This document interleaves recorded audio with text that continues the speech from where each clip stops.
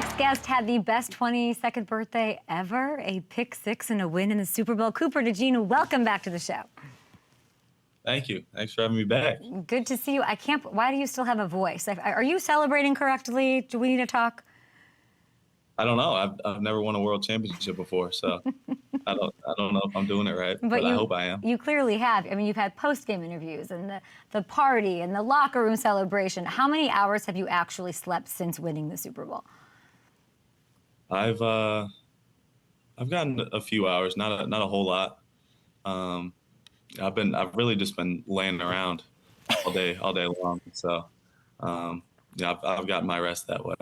I feel like you're just waiting for the parade. Do you understand that might be the best day of your life? It's like you were literally a superhero for an entire day. Yeah, the parade's gonna be insane. I can't wait for it. I'm sad that we have to wait till Friday. I wish we could just have like a parade all week long. I mean, it kind of should be. I'm worried that you're not celebrating enough. Is this what you expected it to feel like to win a championship?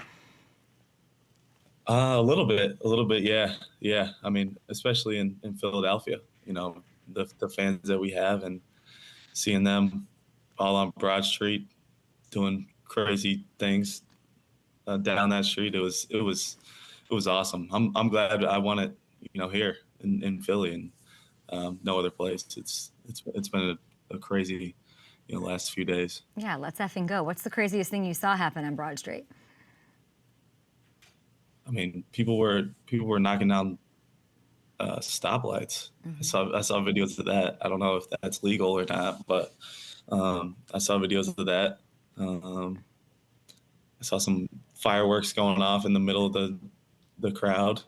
Yeah. Seen some crazy videos. All because of you, and thanks to you, and thanks to this. I know you've seen and talked about this a million times, but let's just pretend that it's the first time. Talk me through this pick six, and I want to know how many times you played this scenario in your head. Yeah, I mean, it's really just our defense working together, like we have, you know, this whole year. You know, Zach Bond in front of me doing what he does, you know, allowed me to you know, be a free player almost and just fall back into the window and pick the ball off. It's you know, I was just glad I caught the ball. You know, I dropped a couple this season already, and you know, I'm glad I caught it in that moment. Kind of, you know, kept the momentum rolling for us there during that game. But you know, I've watched the video probably I don't know how many times since that moment. You know, it's just crazy. That's something you dream of. You know, as a kid growing up watching that game, scoring a touchdown in the Super Bowl, and on my birthday, so it was crazy. Yeah, but that being your first NFL interception is insane. That is absolutely insane. You crediting your other teammates. I see what you're doing. But I want to talk about you in this moment. Was there something that you saw when you were preparing for Mahomes that helped you make that play? I mean, it's just him, you know, doing what he does. You know, he tries to create a lot of plays with his legs. You know, he'll throw the ball anywhere on the field, no matter if he's going right, he'll throw it back across his body. So it's really just me, you know, being ready for whatever was to come. And I saw there was a crosser coming from the opposite side, and you know, he tried to throw it back across his body a little bit. You know, and I was right there to pick it off. You know, I think Q would have picked it off if I didn't pick it off, which is even just crazy as well. I was just happy to be in the right spot at the right time. So you knew when he scrambled to find those crossers? Yeah, I mean, well, anytime he gets out of the pocket, you know, you never know what's going to happen. You know, I've seen him throw it across his body. You know, I don't know how many times, you know, watch him film and just the crazy plays that he's made. I've seen him complete those passes. You know, but it was really just trying to track his eyes where he was looking and just falling right back inside and making that play. Absolutely. and making that play. Your aura is 9,000. Sirianni, I don't know if you saw like the NFL Films footage. I'm sure you have already of him just like running and jumping and celebrating this. What was this like to look at after the game? And was there anyone more excited than him? I mean, that was awesome. That's probably one of my favorite videos of the interception. Just watching him celebrate and seeing how excited he was. Yeah, I think. What is that? Ugh, what is that? Tell. Facial expressions. Wait, what? He's just passionate, really passionate. I love playing for him. You know, he loves his team. You know, loves the guys. You know, and I'm just so happy that I get to play for him. You know, the support, the way he, you know, builds our team and our connection. You know, I think that's what makes us go, and it makes us play so well as a group. He could not have been happier for you. And then, I mean, if I were to do like a draft of coaches that I would love to win a Super Bowl with and for, he's number one. Just the way he is, the passion, the sing. Like, what is this my prerogative thing? I mean, you're like 22 years old. Do you even know Bobby Brown? Do you know what the song is? Why are you listening to this after games? I don't get it. No, I don't know what that song is. No. What song is it? It's is it the Everybody's Talking one? Yes. Yeah. I didn't know it was what the name of it was. Yeah. It's called My Prerogative. Why was he playing that? What is the story behind that? It's been playing like this whole season in our team meetings. In team meetings, what? And at practice, I think it's just a thing, you know, and early in the season, you know, everybody was talking, you know, about our team and where we go. As a group, and you know, there was a lot of negative talk going on, but you know, we just stayed focused and you know, kept showing up, and I think that's where that song came into play. Does this earn that performance and Sirianni and all of it? Does it earn him an exciting white T-shirt? Yeah, me and Reed were just talking about this. He hasn't worn the T-shirt yet.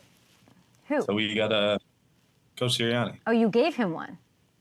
No.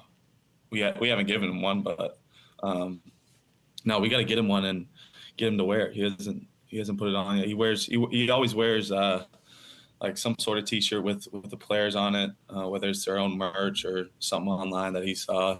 He's always wearing those T-shirts, but he hasn't worn an exciting whites T-shirt yet. So we gotta get him one. Exciting whites. I want to get into this a little bit because you and I talked about it when you were drafted. Just not even the Super Bowl, but looking at the whole season as a whole, what was it like being this standout white DB? You could either be sick of it, you can embrace it. It sounds like you did the latter. Yeah, I think I embraced it.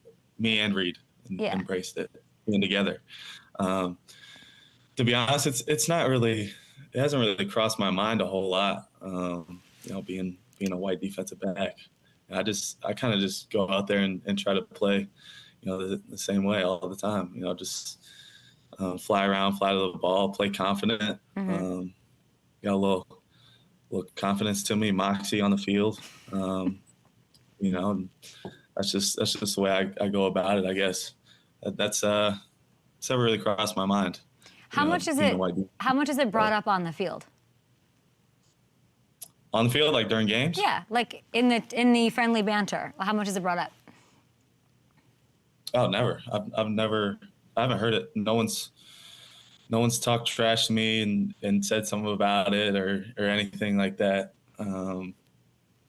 But you know, the guys in the locker room, they love the exciting whites that everybody calls them whenever. I mean, whenever they see you together, that's what they say. Yeah, I mean, I saw something about a potential podcast with you and Reed. Like, do you need a producer? What's the actual vibe with that? Because, and like you're saying, you don't think about it. I think that's so surprising. I hear about it. I see it all the time. And then, you know, the combine's next week. Forever.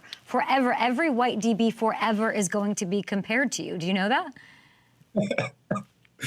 Is that the case? I don't know if. Yeah, it is. It definitely is. Are you ready for that? Crazy. I don't know. That's I don't want to put any pressure on anybody coming out, but I don't know. What do you mean? You just casually won your Super Bowl as a rookie and had a pick six, and I feel like, has it hit you? No. I clearly it hasn't. I don't think because this is all still crazy to me. I don't think it's hit me yet. What's the moment like with your parents? I saw like your dad tweeted a great photo, and I was thinking about you and just like your draft process and like how it's so funny how things just end up being the way they're supposed. Like you were supposed to be an Eagle. You were supposed to get this first interception. Like I think we have a couple pictures of that, and I'm watching you with the newspaper. You were like, read about it, read about it. You're just living your best life. But what was it like with your parents, and like what do you want to sort of say to them and about them? Yeah, it was. I mean, it was just awesome. I was the way they've supported me my whole life. They poured into me. They taught me to be a humble and hardworking kid growing up, and they've been there every step of the way. They sacrificed a lot to come watch me play different sports, travel around the country, watch me play. And to see them, in that moment, someone took a video. Mm-hmm. Someone had a video of them after I had scored the touchdown of my parents up in the stands, and I'd never seen my dad get that excited before about a play I made. So that was definitely pretty emotional watching that back. But no, I'm just glad they get to experience it with me. They've been there every step of the way.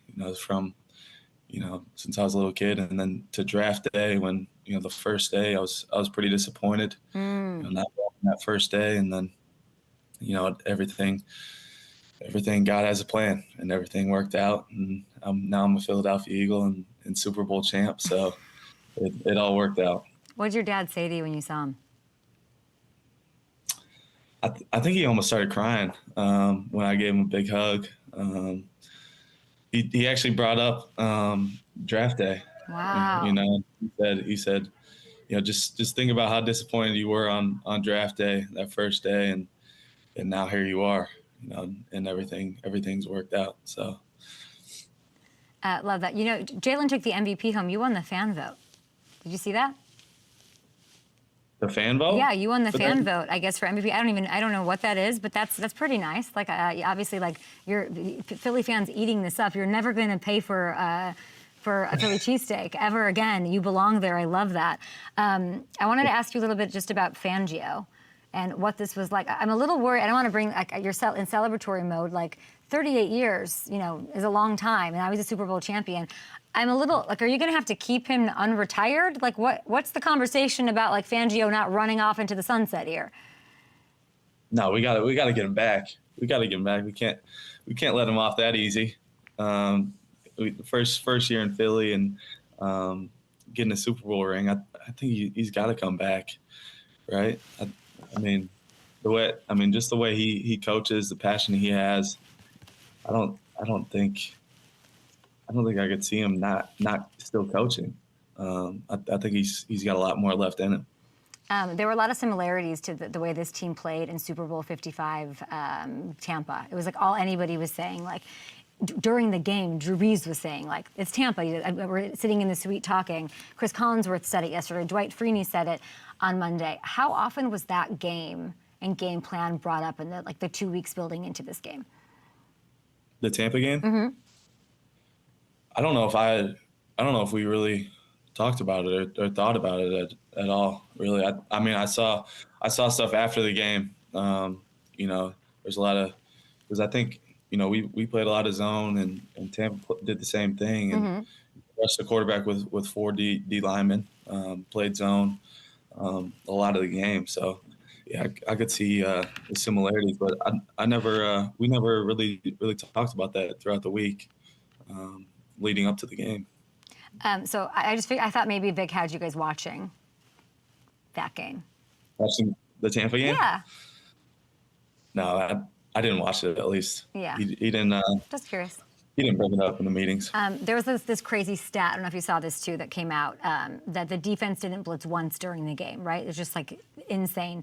Thinking back to preparing for it, was there ever a scenario where you would have expected Vic to call a blitz? To be honest, the whole week of practice, it was just a lot of us playing zone, and there was a little bit of man, mixed in there. We had some blitzes lined up, to be called if they were needed. But I don't know if they were really ever needed in the game. We had just installed some, that week, but never got called. And, luckily we have those guys up front getting the pressure, and we didn't need to blitz. You're up 24-zip at halftime. I'm living my best life, having a great time. You guys are having a great time. I have heard, 100%, Cooper, of players that I talk to, coaches, and 100, everyone says that no lead is safe against Mahomes. At what point did it feel like the lead was safe? I think you started to get that feeling when we went up 34-0. Because he came back from against Houston, I think a couple years ago, like 27-3 or something like that. He's Mr. Double digit. Yeah, like no lead is safe. Yeah. When did you know? When it was 34? Yeah, it was probably when he got to 34 is when he started to get that feeling that, okay, this might be it.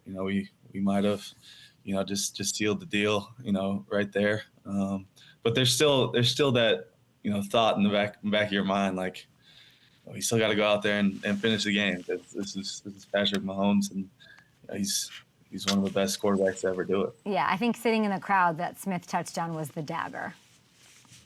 Yeah, I think I agree. It was just when that big play happened, I think it kind of took the life out of him a little bit, and kind of sealed the deal almost.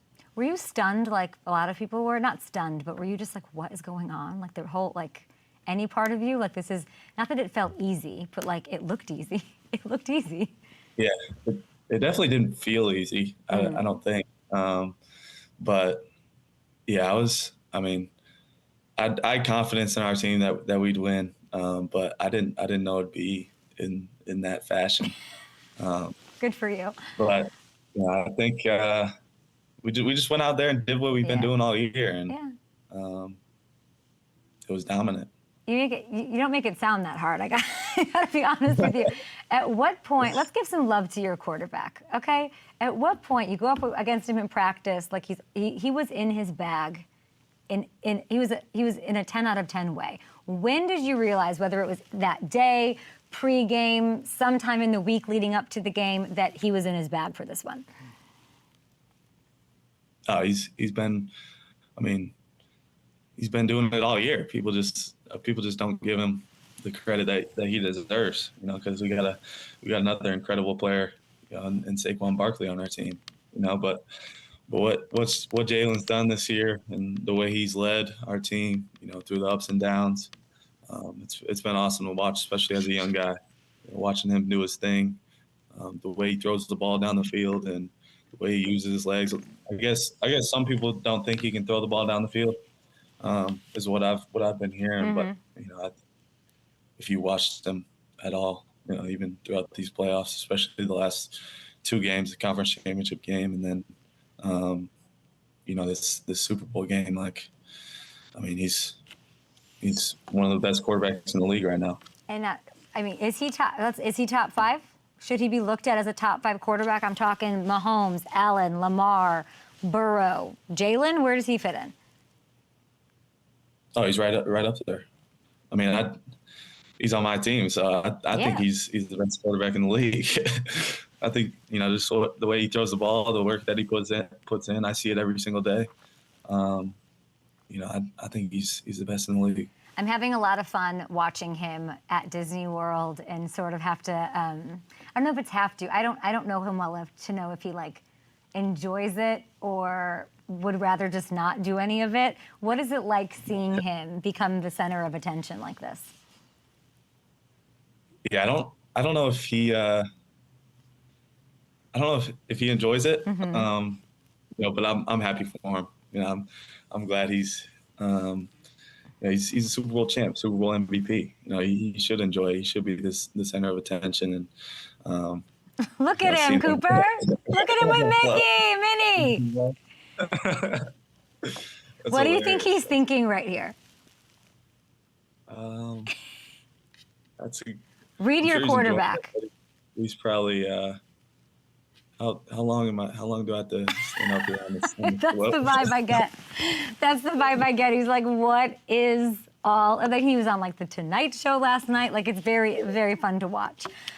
So last time you were on the show, I mean, I don't know that I've ever been dragged to high heavens the way that I got for speaking to you the way I spoke to you about your basketball skills. So I do want to apologize. I was not familiar with your game. I was unprepared for the interview. So I thought I could, I mean, I got killed for that, Cooper. Killed. You did? Yeah. Yeah, I did, because it's like, of course you could. You've seen him dunk. Look at the whole like UV Caitlin Clark thing. Did you hear from Caitlin about your win? Yeah. She sent me a nice message congratulating me. So that was nice of her being a Chiefs fan and all. Yes, we love to see it. I thought we could make it up to you. I'm going to send you, I'm going to get from your agent, I'm going to send you a framed copy of this side-by-side. This is pretty iconic to accidentally recreate a classic, huh? What do you think of this? I saw that. That's sweet. I'm a huge LeBron fan, so that's pretty sweet. A lot of talk about this LeBron snubbing you. Did you see what he responded to that? Are you talking about the comment you made on the Instagram post? Mm-hmm. Yeah, I did see that. Have you heard from LeBron? No. I don't expect to hear from him. I mean, he's busy. He's got a lot of other things going on. No, he's free actually. It's All-Star Weekend. He's free on Friday. I looked at the schedule. Hey, LeBron needs to be on this float with you right now on Friday. He needs to like make an appearance. How would you feel about that? That'd be awesome. That'd be crazy. Yeah. If we got LeBron in Philly and down the Super Bowl parade, that'd be insane. What are you most looking forward to about the parade? I feel like this is like Jason Kelce iconic mummer vibe. Like, what are you going to do to sort of make it your moment? That's a good question. I know I'm going to be having a good time. Mm-hmm. That's for sure. I'm just excited to see all the people lined up along the street. I don't know how they're gonna. I mean, I heard there's gonna be over a million people on the street. Like that sounds insane to me. So I'm just excited to see it and take it all in, and have a good time with my teammates. Do you think we'll get Gardner Johnson on the microphone singing the Cooper DeJean song? That's literally all I want.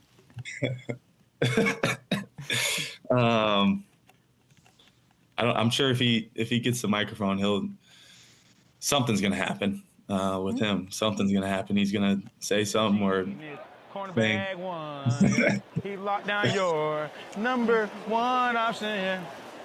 Yeah. This is a good song. Sorry, Kendrick. This should be number one on the Apple iChart.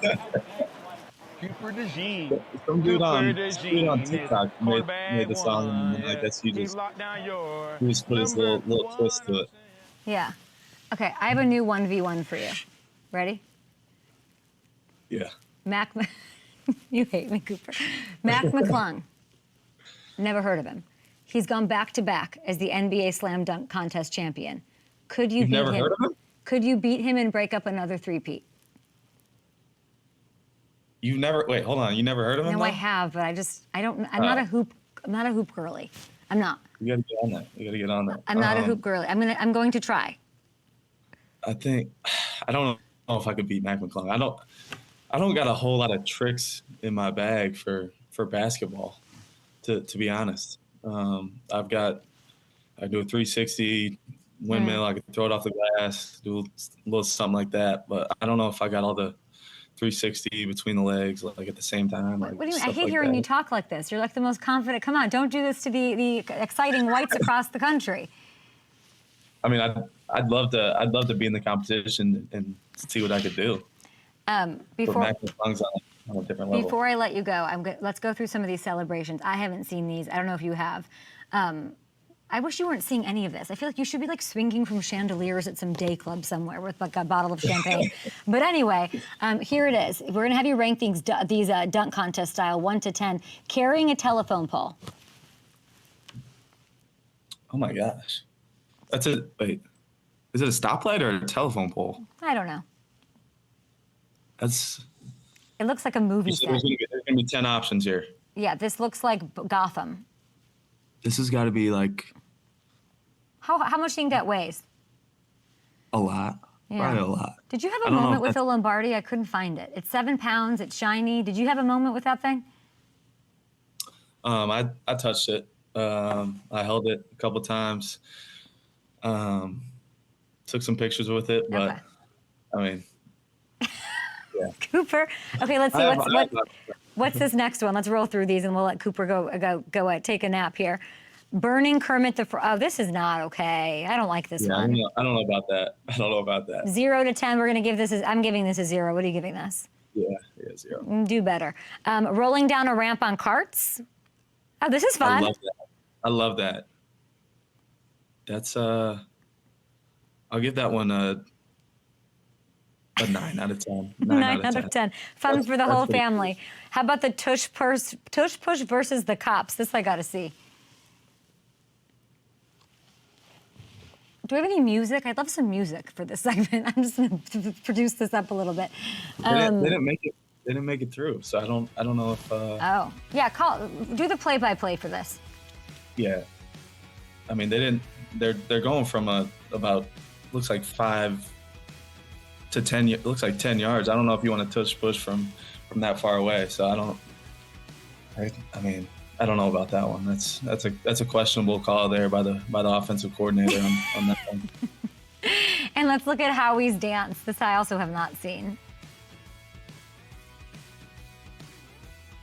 I love that. I wish everybody could have saw Howie in the locker room after the game. He was having a blast. Tell me more about that. What was he like? I've never seen him that excited before. He was just celebrating, having a good old time in the locker room with a cigar, partying it up, dancing with all the players. His suit was soaked, I think. It was awesome. What did he say to you? To me, I mean, I came up to him after the game and just thanked him for bringing me in here, bringing me to Philadelphia. You know, he was just, I mean, and I'm glad. You know, my first year we were able to get it done. Gave him a big old hug. So it was awesome. What's the best advice you've been given on how to handle this as a rookie? Like, it's insane that this is happening to you. This is, everyone always says it'll be hard to get back there. You don't realize how hard it is to get there and win or lose or get back there. What's the best advice you were given? Yeah, that's what everybody's been saying. Is to take it all in, because it's hard to get there. Obviously, I mean, it was pretty challenging, but this is my first season, so I've never tried to make a Super Bowl run before the season. But I mean, it can't be easy doing it again. So at some point, you know, we're going to be done celebrating, and we're going to have to go back to work to try and, you know, go out there and you know, do it again. Oh my gosh, this is why you're a Super Bowl champion. I hope you go visit your high school. I loved the jacket. I thought that was very, very cool. You're wearing is that a Dom? I'm guessing a Dom sweatshirt? Let's effing go. What do you want to say about that guy? Why did you wear that today? The man of Philadelphia. This is just kind of what I put on when I woke up. But Big Dom's.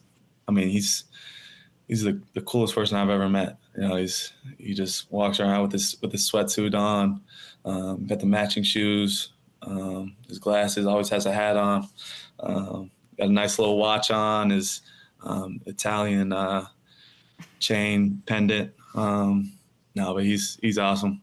You know, and he's a great person in our building. If you've ever talked to him, he's just an awesome guy. Enjoy the float. He'll keep you safe.